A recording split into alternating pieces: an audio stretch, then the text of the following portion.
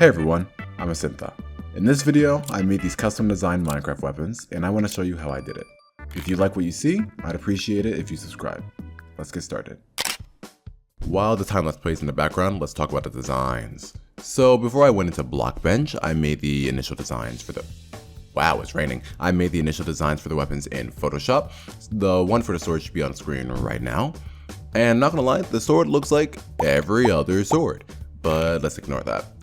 When I was deciding on how to implement the design, I was thinking of going between a blocky, I guess the entire game is kind of blocky, it's in the name. I was thinking of going between a blocky design like what you see on the default weapons, or between a model design like what we see now. And I went with the blocky one because, well, I'm not good at this. I don't know how to think from 2D to 3D, so I just went off the pixel art I already made in Photoshop. Also, you may notice in the time-lapse that the sword is very extruded. I changed that in the final version, so when I go in game, the sword will be a lot thinner compared to what you see on screen.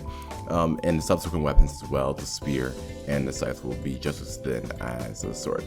Anyway, the time-lapse is over. Let's get back into the game.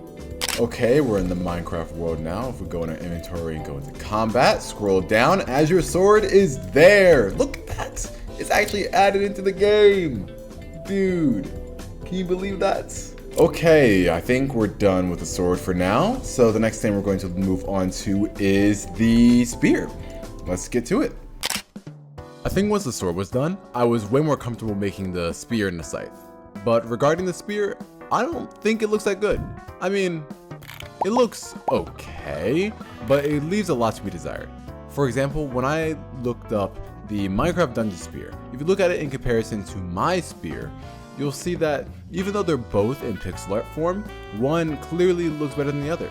Like the creators of the pixel art spear, they put more attention to detail around the handle of the spear compared to me, who just added a rock to the top of the spear. I mean, that's exactly what a spear is. It's just a rock with a stick connected to it. But I mean, I could have done more. I could have done more to make my spear a bit more detailed.